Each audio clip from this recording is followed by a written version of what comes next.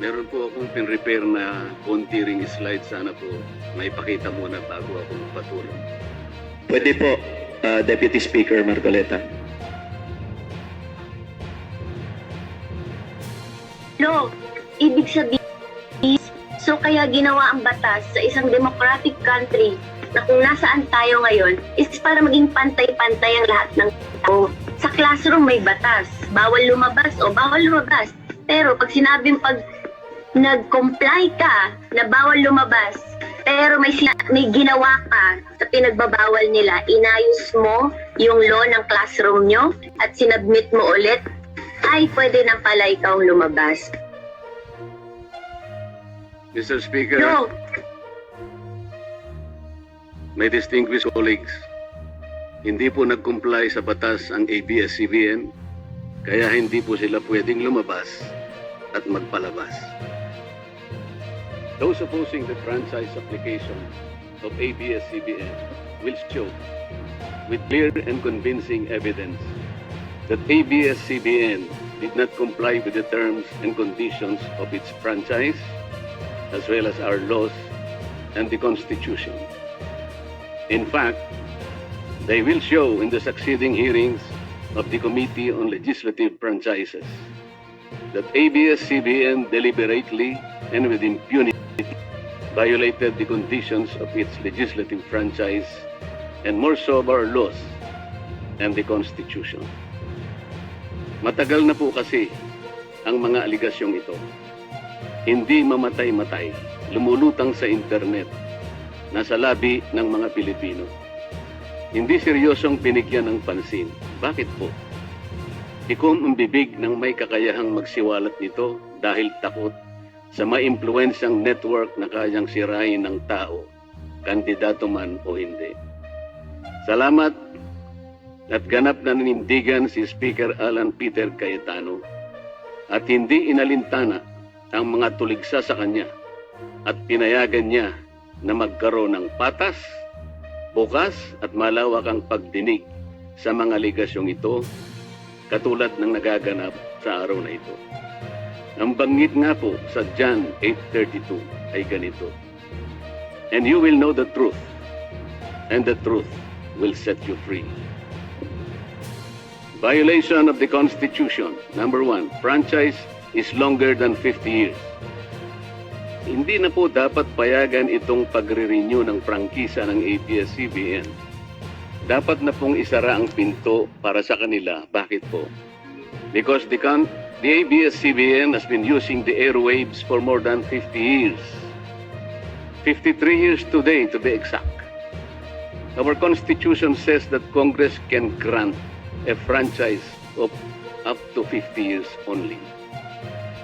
Taong 1957, nang makuha ni Don Eugenio Lopez Sr., may-ari ng Chronicle Broadcasting Network o CBN, ang Alto Broadcasting System o ABS. Simula po noong 1967 ay naging ABS-CBN na po ang tawag dito dahil sa merger ng ABS at CBN. Kung susumahin po natin ang prangkisa nito simula noong 1967, ay 53 taon na po itong gumagamit ng airwaves magpahanggang ngayon. 63 years naman po kung susumahin natin mula po ng pagkakakuha ng CBN sa ABS noong 1957. The Committee on Legislative Franchises should not allow itself to be used by ABS-CBN to again circumvent the Constitution and violate the categorical 50-year limitation imposed on franchises. Hindi na po dapat buhayin muli ng Kongreso ang prangkisa ng ABS-CBN sapagkat ayon po sa ating saligang batas, ang buhay ng prangkisa ay hindi dapat lumampas ng 50 taon. Siguro po may mga ngatwiran na sasabihin ng ganito. Isinara naman ng martial law ng ABS-CBN. Di po ba? Dapat huwag bilangin ang panahon na yun. Tanggapin po natin sandali na isinara nga ng ABS-CBN simula Setyembre 23, 1972 pagkatapos na ideklara ang martial law. Pero hindi po ba nagbukas din ito agad matapos na ito ay mabawing muli ng EDSA Revolution? Hindi ba't kulang-kulang 13 taon din po ang namagitan na panahon? So let's assume that we subtract 13 years from the 63 years that ABS-CBN has been in operation starting 1957 when CBN acquired ABS. Hindi ba't 50 taon din po ang magiging resulta? Ibig pong sabihin, tapos na at paso na pa rin ang prangkisa ng ABS-CBN with or without martial law. Labag pa rin sa ating saligang batas. Naging palasak nga noong panahon ng martial law ang kantsaw na tama na, sobra na. Subalit ang mahalagang tanong po ng taong bayan na hindi pa nasasagot mag-1967 ay 53 taon na po itong gumagamit ng airwaves magpahanggang ngayon. 63 years naman po kung susumahin natin mula po ng pagkakakuha ng CBN sa ABS noong 1957. The Committee on Legislative Franchises should not allow itself to be used by ABS-CBN to again circumvent the Constitution and violate the categorical 50-year limitation imposed on franchises. Hindi na po dapat buhayin muli ng Kongreso ang prangkisa ng ABS-CBN sapagkat ayon po sa ating saligang batas, ang buhay ng prangkisa ay hindi dapat lumampas ng 50 taon. EDSA Revolution. Siguro po may mga ngatwiran na sasabihin ng ganito. Sinara naman ng martial law ang ABS-CBN. Hindi po ba? Dapat huwag bilangin ang panahon na yun. Tanggapin po natin sandali na isinara nga ng ABS-CBN simula Setyembre 23, 1972 pagkatapos na ideklara ang martial law. Pero hindi po ba nagbukas din ito agad matapos na ito ay mabawing muli ng pamilya Lopez noong EDSA Revolution? Hindi ba't kulang-kulang 13 taon din po ang namagitan na panahon? So let's assume that we subtract 13 years from the 63 years that ABS-CBN has been in operation starting 1957 when CBN acquired ABS. Hindi ba't 50 taon din po ang magiging resulta? Ibig kong sabihin, tapos na at paso na pa rin ang prangkisa ng ABS-CBN with or without martial law. Hindi ba't sobra-sobra pa rin ito at lalabag pa rin sa ating saligang batas? Naging palasak nga noong panahon ng martial law ang kantsaw na tama na, sobra na. Subalit ang mahalagang tanong po ng taong bayan na hindi pa nasasagot magpahanggang ngayon ay kung paano biglang nabawi ng mga Lopez ang ABS-CBN mula sa pag-aari ng gobyerno pagkatapos maitalaga ang Cory administration. Sinulatan po noon ni dating Senador Lorenzo Tanyada ang Presidential Commission on Good Government na isoli na sa mga Lopez ang ABS-CBN kahit may arbitration pang nagaganap sa pagitan ng pamahalaan at ABS-CBN. Na i-turn over po agad ang istasyon ng ABS-CBN sa mga Lopez sa kabila ng wala pang pagtukoy sa tunay na pagmeme-ari nito ayon sa kautusan sa Board of Administrators na binuo sa Letter of Instruction number 1 ni Pangulong Cory Aquino. Sa ngayon po ay wala man lang mailabas na papeles tungkol dito ang PCGC. Nagbayad po ba ang ABS-CBN sa Administrasyong Cory Aquino? Nag-public bidding po ba? Bakit tila ura-urada at habang magulo pa ang lahat dahil katatapos lang ng EDSA Revolution ay biglang napasakamay na muli ng mga Lopez ang ABS-CBN? Nakabatay po ba ito sa batas? Hindi po ba dapat sagutin ng ABS-CBN ang mga tanong na ito upang mapanugot po ang dapat na managot kung meron man? Foreign ownership. Puntahan naman po natin ang muling pagbubukas ng ABS-CBN noong 1986. Pati po kasi noong panahon yun ay may paglabag na rin sa ating saligang batas. Ano po kaya yun? Dahil Amerikano at hindi Pilipino ang may-ari at namahala sa ABS-CBN na mariing ipinagbabawal ng saligang batas.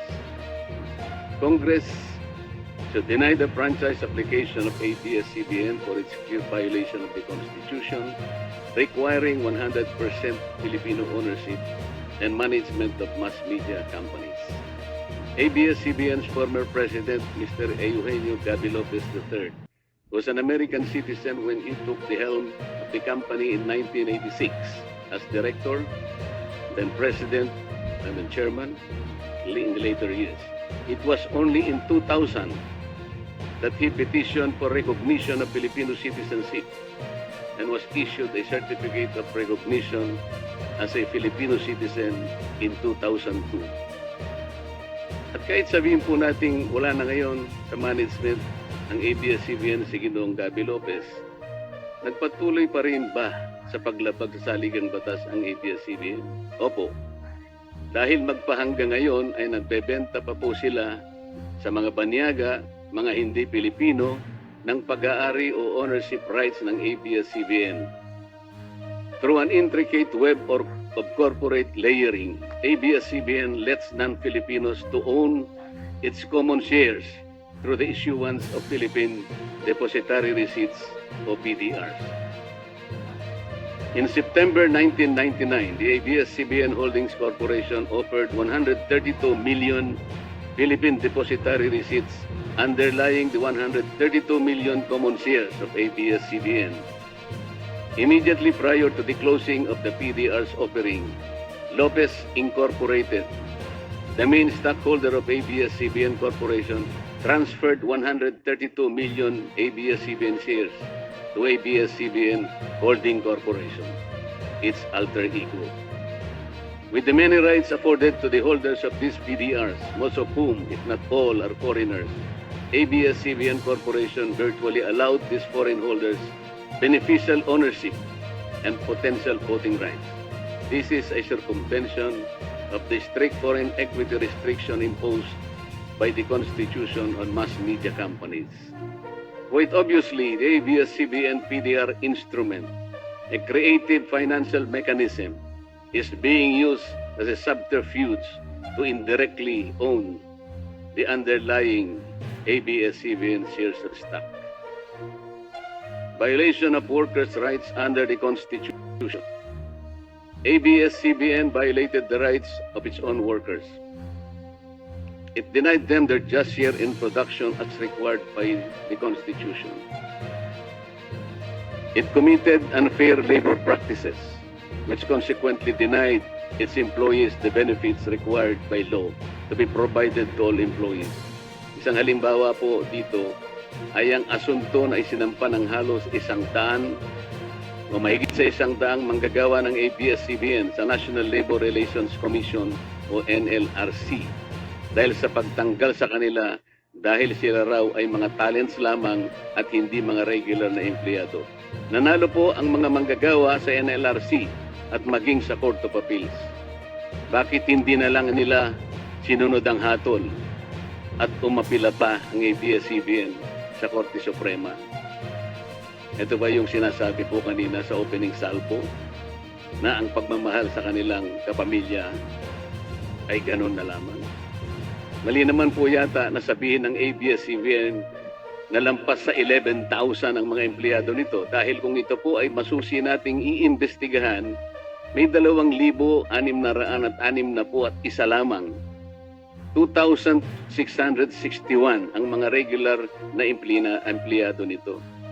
Ang karamihan po o mahigit na 8,500 na kawani ng ABS-CBN ay tinagurian nilang independent contractors or talents, project workers at contractuals lamang kahit na pang-regular na empleyo ang trabaho nila. Ayon po sa ating labor code, kapag pang-regular ang tungkulin ng isang manggagawa, dapat siyang gawing regular employee. Hindi dapat contractual. Hindi dapat independent contractor, talent, o kaya project worker lang. Malinaw na labag sa batas ang ginagawa ng ABS-CBN. Sana ay ibalita rin po ito ng TV Patrol upang mabunyag ang libo-libong endo sa kanilang bakuran. ABS-CBN has not regularized its contractual workers and talents despite performing the functions of regular workers. It even forced some of its workers to sign employment contracts containing waiver of the right to regularization. And those who refused were unceremoniously terminated from work. ABS-CBN has subcontracted most of its production work to subcontractor production companies, despite the fact that production is directly related to its core business. These production entities are paid minimally, whose workers obviously get lesser benefits and take-home pay compared to ABS-CBN's regular employees. And yet, the profit generated by ABS-CBN from its independent production companies appear greater than its expenses, especially those expenses that are even deductible for income tax purposes. Kung kaya't hindi po may kakaila sa publiko na napakarami ng labor cases na hinarap at haharapin pa ng ABS-CBN. Ang masaklap pa po dito ni hindi nagbibigay ng contribution ang ABS-CBN para sa benepisyo ng kanilang mga empleyado. Dahil po sa 2,661 lang ang regular employees nito, ang mga ito lang ang may benepisyo. Ang iba po na mahigit 8,500 na nagtatrabaho sa ABS-CBN ay wala po ni katiting na government-mandated benefits na natatanggap katulad ng SSS, PhilHealth o kaya Pag-ibig.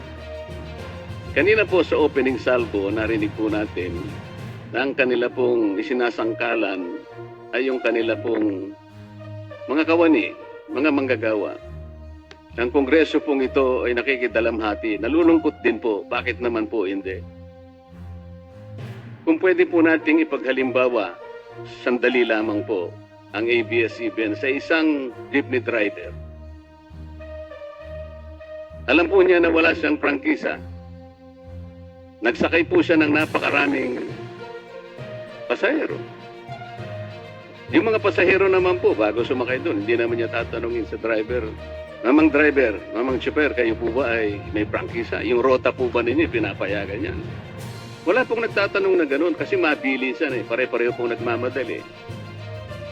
Anong pong masita siya ng LTFRB? Gagamitin po ba nung driver na yon o nung taxi driver na yon o yung bus operator na yon? Kawawa naman po yung pasahero namin kung patitigilin mo ngayon. Meron pong pupunta sa ospital, meron pong pupunta sa trabaho, meron pong pupunta sa eskwela. Napakarami pong gawain itong mga taong ito. Ito po ba ang ibibigay po ninyong halimbawa? Hindi po ba dapat kayo muna ang kauna-unahan na nag-isip ng kapakanan nila? Ilagay ninyo sa magandang kalagayan ang pagpapatupad ng prangkisa ninyo at wala pong malalagay sa alanganin. Huwag po ninyong isasangkalan ngayon ang inyong mga manggagawa at kani-kanilang pamilya. Hindi po ganun. Sasagutin po ninyong aligasyon na ito, hindi po sa pamamagitan ng emotional appeal. If this indeed the true house of the people, the Committee on Legislative Franchises must side with the poor workers of ABS-CBN in denying its franchise, justice to them will be finally served, although ironically, this will also entail some sacrifice on their part. Political bias. ABS-CBN has been biased and partisan in favor of particular candidates and against certain candidates during the 2010 and 2016 presidential elections, contrary to the terms of its franchise and in violation of the Omnibus Election Code. Hindi naman po lingid sa kalaman ng marami, kung hindi man lahat, kung paano naging pro Noynoy Aquino ang ABS-CBN noong 2010 at pro Crespo at Leni Robredo naman noong 2016.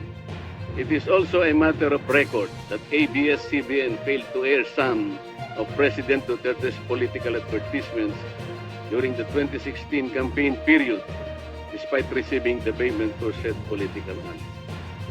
Ang masakit po dito kung hindi pa sila pinigilan ng korte sa pamamagitan ng isang TRO ay nakahanda na palang ipalabas ng ABS-CBN sa bisperas mismo ng pagtatapos ng campaign period ng 2016 presidential elections. ang mga anti-Duterte advertisements na binayaran ng isang dating senador. Sinadya ang timing.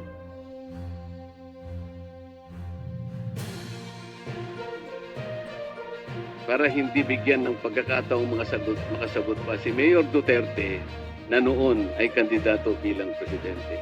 Mabuti na lamang at napahinuhod ng ang korte ng petisyon ni Speaker Alan Peter Cayetano na noon po ay Vice Presidential Candidate ni Pangulong Duterte at dagliang nag-issue ng TRO ang korte sa ABS-CBN.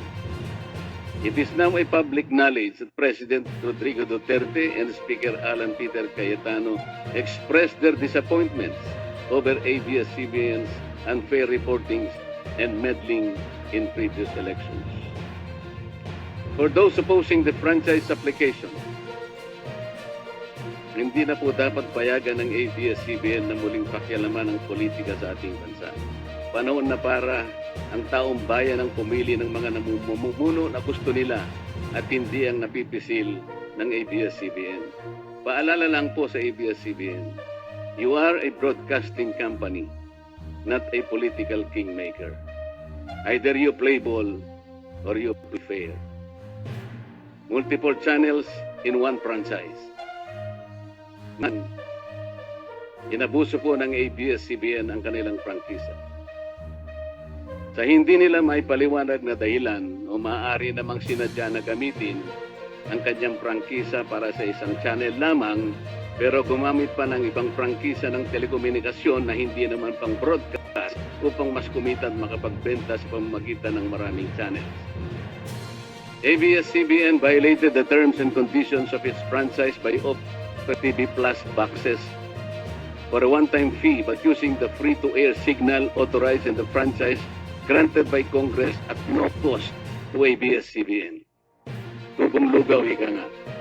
That this practice of ABS-CBN without permission from Congress or the National Telecommunication Commission is killing the cable industry, which depends on monthly pay subscription of its clientele. Ito po sa pagbebenta ng TV Plus box sa publiko. Sa Kapamilya Box Office Channel na nakapaloob dito, ay nagawa pang maningil ang ABS-CBN sa bawat pelikulang gustong mapanood ng publiko sa KBO Channel. Ibinenta na nga ang TV Plus box, ibinenta pa rin ang mga palabas na pwedeng mapanood sa TV Plus box. Dobleng tubong lugaw na po ito. Hindi po saklaw ang mga ito sa prangkisa na ipinagkaloob ng Kongreso sa ABS-CBN.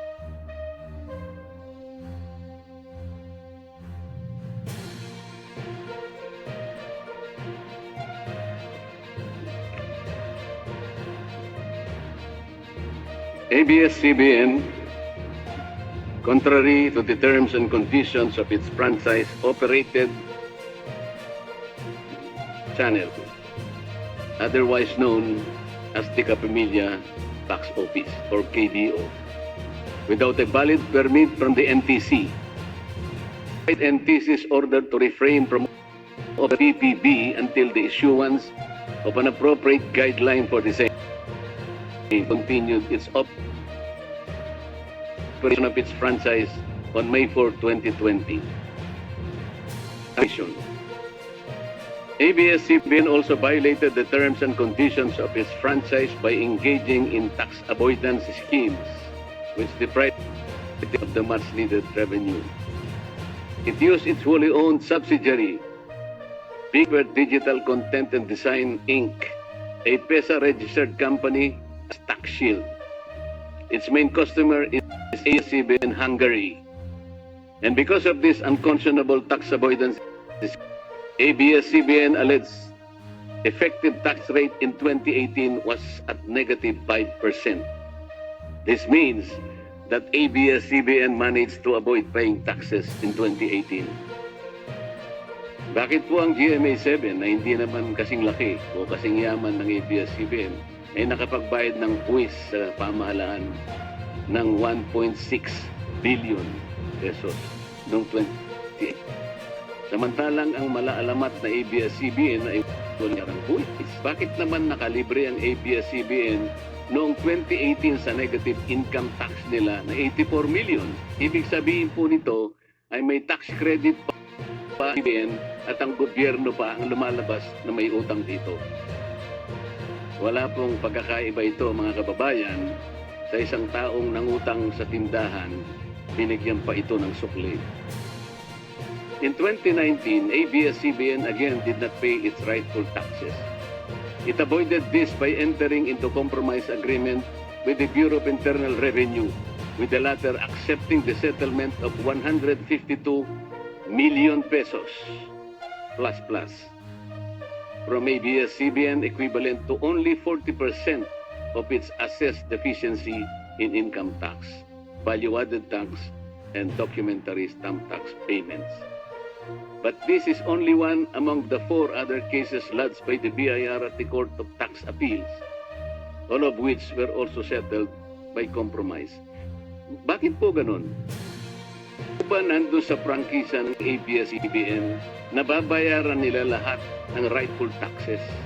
Kinakailangan po bang sila ay habla pa ng BIR bago sila mapilitang makapagbayad lamang kahit settlement lamang? Ang linaw po ng kanilang prangkisa na babayaran lahat ang kaukulang buwis. Bakit kailangan pong sila ihabla at idemanda pa ng BIR para lamang sila ay makapagbayad?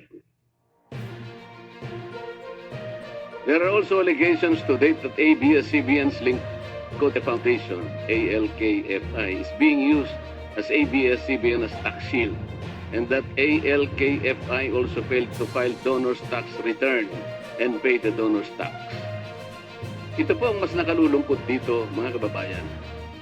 Kapag politiko o government official ang nagkawang gawa, EPAL ang tawag dito ng ABS-CBN. Kahit mula pa sa sariling bulsa ng politiko ang pinanggalingan ito. Pero kapag ito ay galing sa lingkod kapamilya, puro pangalan ng ABS-CBN ang kanilang alandakan, katulad po ng nakita natin ngayon. Alam naman natin, galing naman sa lahat sa mga donors ang pondo na ginamit nila. Meron po kayang nanggaling sa di baling ang pantulong ng ABS-CBN ay galing sa donasyon ng ibang tao. Di baling ang perang pantulong ay mula sa tax avoidance ng kumpanya. Ang mahalaga ay mapalabas nila sa pamamagitan ng sa mamamayan, katulad po ng nakita natin ngayon na napakabuti at napakabait ng ABS-CBN. Kami po ay naniniwala na unti-unti na pong nabubuksan ang katotohanan sa ating mga mamamayan. Hindi po ba mas maganda at katanggap-tanggap na tumulong sa kapwa nang walang nalalabag na batas at buong sikap pang nasusunod ang prangkisa? Dahil po ba kayo ay nakapagdudulot ng saya, ng aliw sa ating mga mamamayan? Dahil po ba kayo ay nakapagbibigay ng inspirasyon, ng pag-asa, ng katatagan ng loob na kagaya po sa opening salvo kanina ng representative ng ABS-CBN?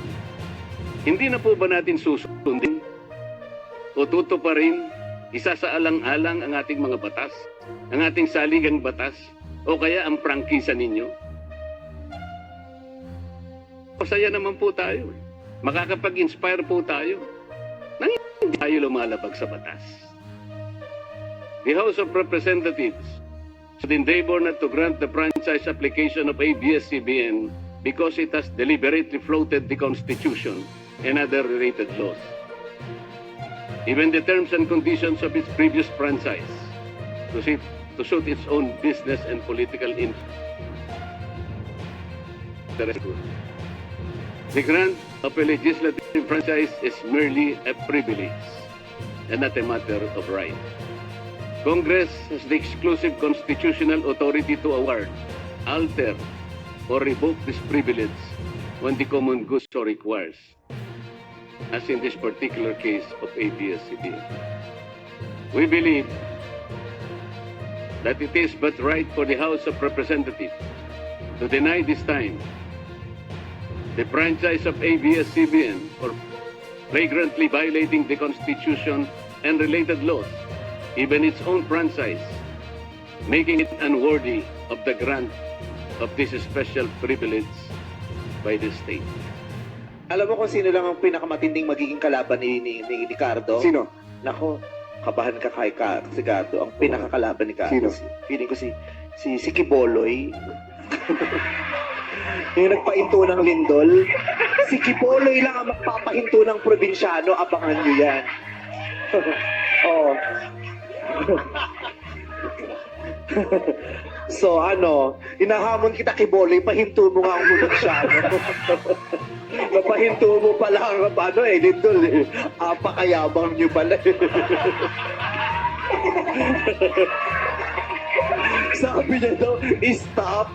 Sige nga, punta kang gitna ng EDSA, stop mo yung traffic doon. Stop.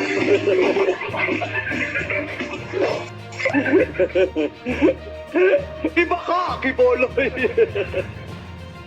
Kailan mo ba gustong makay kong probinsyano? Ikaw, pili ka. Kailan mo gustong i-stop? 1 buwan, 2 buwan, 3 buwan, 4 na... Ikaw. Baka sa 4 na buwan, hindi lang yung probinsyano may stop. Baka pati yung network mo, stop na yan. Mr. Speaker, ABS-CBN posed the challenge. Obviously, the challenge was accepted. There is no reason to complain. Maraming salamat.